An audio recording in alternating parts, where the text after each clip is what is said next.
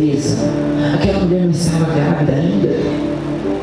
Aquela mulher ainda não estava grávida, mas ele tinha a certeza. Ele diz: quando se cumprirem as tuas palavras, meu Deus, qual será o modo de viver do menino a seu serviço?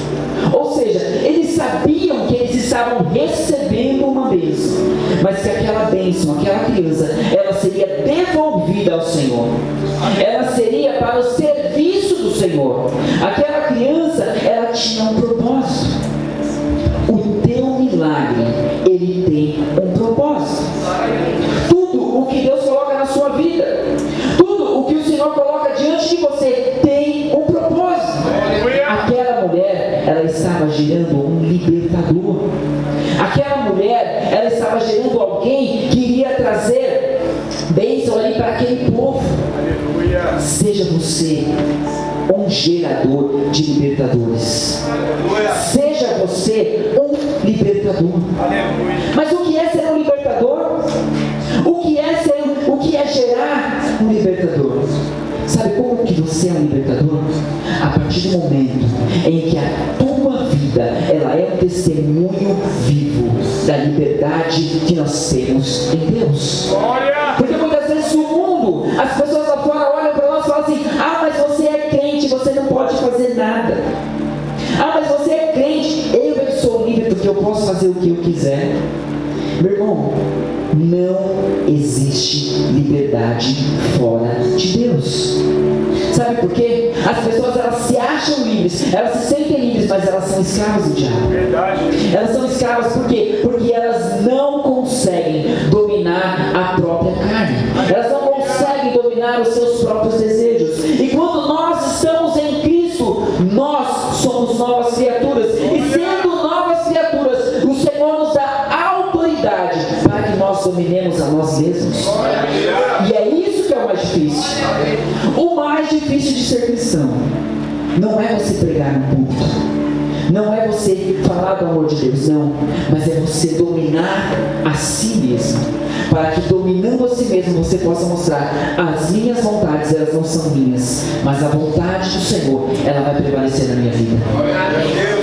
Assim, essa mulher, ela pede para Deus.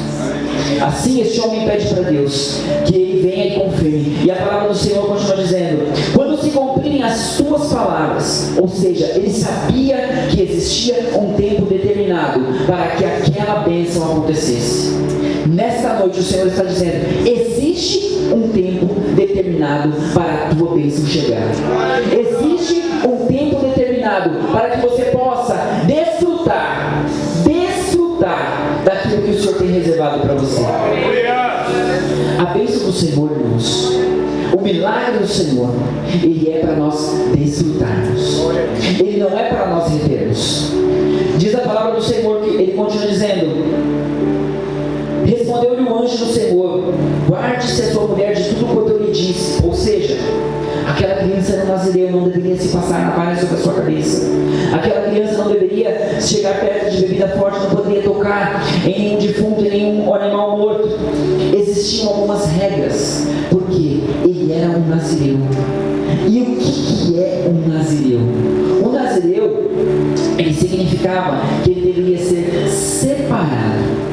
Ele deveria ser separado para algo. E ele estava sendo separado por Deus para ser o libertador. O Espírito Santo do Senhor, diz a palavra do Senhor, que o Espírito Santo se apossava dele. E ele ia lá e ele vencia. E para que isso acontecesse, para que o Espírito Santo se apossasse dele, ele precisava estar limpo. Ele precisava estar ali separado. O que você precisa separar para que o Espírito Santo possa se apossar de você? Do que você precisa se separar? Aqui a palavra do Senhor nos diz que ele precisava se separar de bebidas fortes. Ele precisava se separar de animais impuros, de coisas impuras. Quais são os cuidados que você precisa tomar? Quais são os cuidados que você precisa ter para que o Espírito Santo de Deus ele possa se apossar de você? Para que o Espírito Santo de Deus ele possa tomar a sua vida e você falar assim: realmente não viu mais eu, mas Cristo em mim.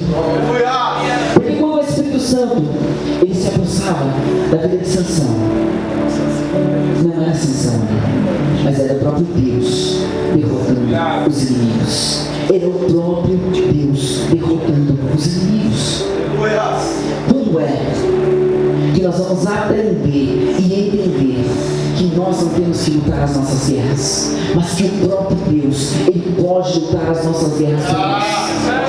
Quantas vezes nós queremos lutar as nossas guerras com palavras, com afrontas? Quantas vezes somos afrontados e nós queremos ir ali rebater e fazer e acontecer? Por quê? Porque nós somos carne, porque nós somos humanos, nós queremos sim nos defender. Deixa isso aqui, ó. Aleluia. Deixa o teu joelho falar por você. Deixa a tua oração chegar diante do Senhor e deixe o Senhor lutar as tuas guerras.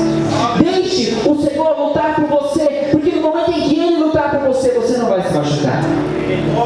Quantas vezes nós lutamos e nós queremos guerrear ali por nós mesmos, e muitas vezes nós nos machucamos, muitas vezes nós nos ferimos e saímos ali magoados e chateados, e muitas vezes aqueles momentos de nos sentirmos feridos nos entristecem a ponto de nós acharmos muitas vezes, mesmo que não conscientemente, nós muitas vezes acabamos culpando a Deus de alguma forma. Poxa vida, Deus, o Senhor poderia ter me dado o livramento daquilo, né? Poxa vida, Deus, se o Senhor tivesse me avisado de alguma forma, não teria feito. Aqueles minutos mudaram todo o meu dia. E muitas vezes nós acabamos inconscientemente culpando a Deus pelas nossas atitudes, porque nós muitas vezes não conseguimos dominar a nossa carne. Deixa Deus lutar as suas guerras. Deixa o Senhor lutar as suas guerras.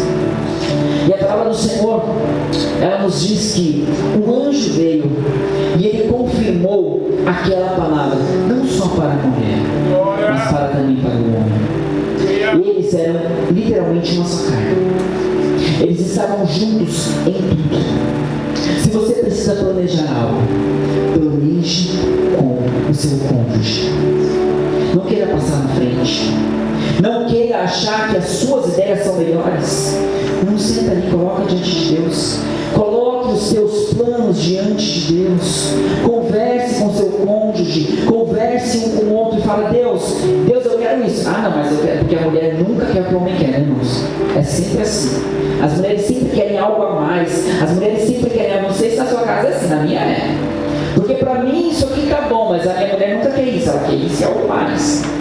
Então, é necessário que a gente sente conversa, que a gente tenha cumplicidade. Porque Deus, Ele agiu na vida deles. Por que Deus escolheu eles? Por que será que Deus escolheu aquela mulher que ela era estéril? Irmãos, existia o temor do Senhor na vida deles. O temor do Senhor, ele existia na vida daquele casal. Então Deus escolheu essa mulher para que ela fosse o portal que ia trazer o libertador. Assim como Deus escolheu Maria para trazer Jesus, Deus escolheu essa mulher. Imagina o presente que essa mulher recebeu. Imagina a responsabilidade. Sabe por quê, irmãos? Porque quando Deus Ele libera uma promessa na tua vida, Ele entrega uma bênção na tua vida, Ele entrega junto com essa bênção uma coisa chamada responsabilidade. A bênção é tua, mas a responsabilidade de cuidar dela também é tua. Aquela mulher, ela seguiu a risca.